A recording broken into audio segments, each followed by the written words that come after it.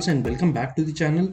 आज का वीडियो जो रहेगा फोकस वो एक ऑटो सेक्टर के ऊपर रहेगा। जैसे कि पैंडेमिक सिचुएशन के टाइम पर ऑटो सेक्टर के अंदर बहुत तेज़ी से गिरावट आई थी और मार्केट में सेल्स कम हो गई थी, बट वो कुछ ऐसे स्टॉक्स है जो बड़े ही सस्ते भाव पे मिल रहे थे। Beat Maruti, beat M Ashok Leyland, Tata Motors बहुत ही कम रेट पर मिल रहे थे और अब प्रैक्टिकली वो एक रिवर्सल पॉइंट पर आ चुके हैं जहां से कि उन्होंने अपना एक डाउन ट्रेंड को खत्म करा है और दोबारा अपनी एक अपवर्ड जर्नी शुरू कर रहे हैं। तो आज जो मेरा एक्चुअली फोकस है वो निफ्टी ऑटो के ऊपर है और निफ्टी ऑटो में मेरा कौन सा एक ऐसा स्टॉक है जिसको मैं एक लंबे रडार के लिए रखूंगा और लेट्स सी वो किस तरीके से परफॉर्म करता है। तो क्विकली चलते हैं चार्ट के ऊपर और समझते हैं कि भाई कौन सा स्टॉक है और किस तरीके से परफॉर्म कर सकता है।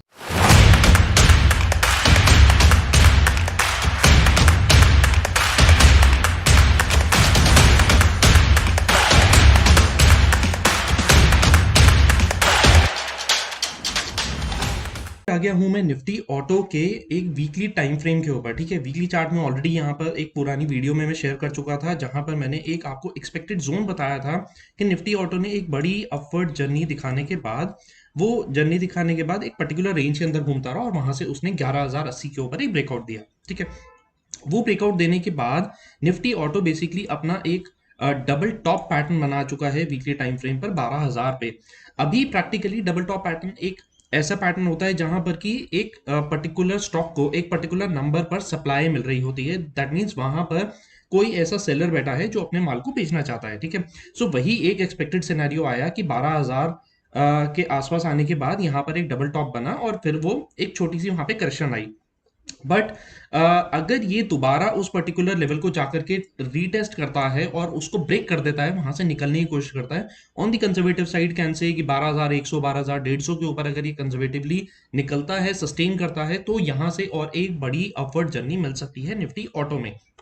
अभी ये एक ट्रेंड है, दो तरीके के पैटर्न्स बन रहे हैं निफ्टी ऑटो में। एक बॉल एंड फ्लैग पैटर्न जो कि एक कंटिन्यूएशन पैटर्न है कि स्टॉक ने ऊपर की तरफ गया, एक पर्टिकुलर रेंज के अंदर घूमा और वहां से अपनी दोबारा एक अपवर्ड जर्नी शुरू करी। बट ये एक छोटा सा रेजिस्टेंस जो मैंने आपको बताया 12,100 150 पर है, वो एक पर्टिकुलर लेवल अगर यहाँ से ब्रेक कर देता है तो एक स्ट्रॉन्ग अपसाइड यहाँ पर मिलेगी।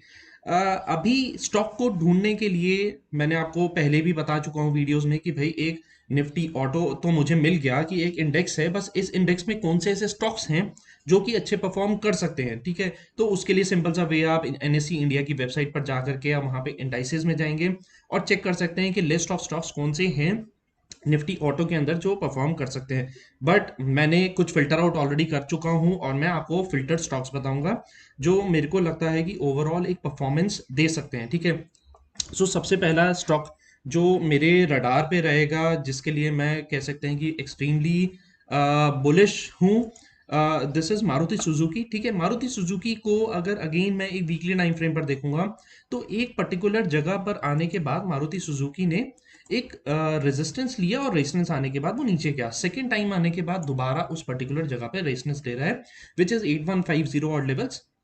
ठीक है, यहाँ पर रेजिस्टेंस ले रहा है, दैट मीन्स यहाँ से अगर ये इसको ब्रेक कर देगा तो यहाँ से एक अपवर्ड जर्नी इसके अंदर मिल सकती है।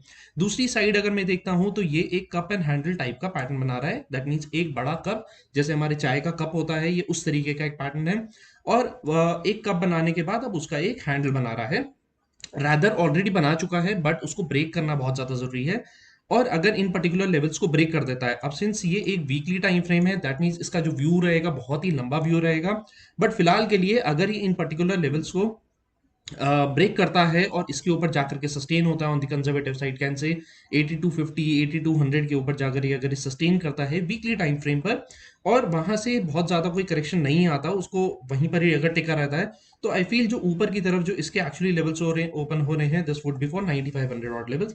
बट यस, अगर वही सेम चीज जैसे मैंने आपको निफ्टी ऑटो में बताई कि एक डबल टॉप पैटर्न बन सकता है, वही सेम तरीके का पैटर्न दोबारा भी यहाँ पर बन सकता है। एक डबल टॉप बनाने के बाद हो सकता है भी एक छोटा सा रेस्ट करे और दोबारा एक प्रॉफिट बुकिंग उसके अंदर पॉसिबल हो सकती है। बट ये डबल टॉप पैटर्न अगर ये ऊपर की तरफ ब्रेक कर देता है, दैट मीन्स 10,000 के लेवल्स, और एक साइकोलॉजिकल लेवल भी है, अगर वो 10,000 का लेवल्स अगर ब्रेक कर देता है तो मुझे ऐसा लगता है कि हम यहाँ से एटलीस्ट 11,500 12,000 लेवल्स के लिए हम ओपन हो रहे हैं मारुति में।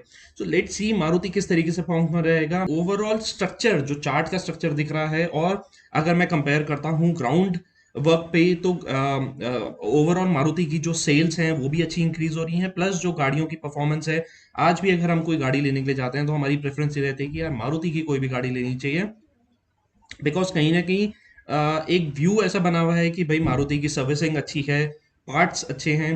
तो एक जेनरिक सिनेरियो में अगर मैं देखता हूं तो मारुति एक ओवरऑल अच्छे तरीके से मारुति को परफॉर्म करना चाहिए।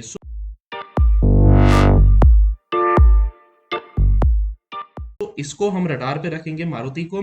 सेकंड एक स्टॉक है, this is Tata Motors. Tata Motors में रादर मैं पुरानी वीडियोस में भी शेयर कर चुका हूँ, प्लस टाटा मोटर्स को मैंने अपने टेलीग्राम चैनल के ऊपर भी पोस्ट करा था। वहां पे मैंने बिल्कुल क्लियरली बताया था कि टाटा मोटर एक पोलैंड फ्लैग पैटर्न बना रहा है, और 350 और लेवल जब इसने ब्रेक करा तो अभी ऑलमोस्ट 500-510 रुपए के आसपास आकर के खड़ा है, ठीक है। सेम चीज टाटा मोटर्स में भी अगर आप नोटिस करोगे तो एक डबल टॉप पैटर्न बन सकता है 600 रुपए पर।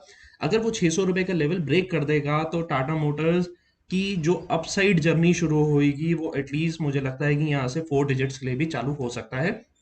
बट उसको 607 रुपए 610 रुपए और लेवल्स यहाँ से ब्रेक करना जरूरी है।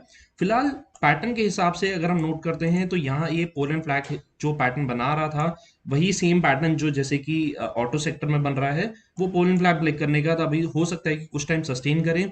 नीचे की तरफ जो इसके एक्चुअली एक सपोर्ट लेवल्स या एक स्ट्रॉन्ग बेस जो एक्चुअली बना चुका है वो 436 440 और लेवल्स के आसपास बना चुका है। तो let's see Tata Motors Maruti, दो ऐसे स्टॉक्स को रडार पे रखना चाहिए, बिकॉज दो चीजें आ जाती हैं यहाँ पर। एक तो सेल्स कि कंपनी किस तरीके से ग्रो कर रही है, overall business model Tata Motors electric में आ गया, इलेक्ट्रिक व्हीकल में आ चुका है।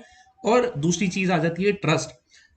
Tata being the Indian company, ठीक है, यहाँ पर उसका ट्रस्ट, उसमें क्वालिटी ऑफ मैन्युफैक्चरिंग है वो ओवरऑल टाटा की अमेजिंग है।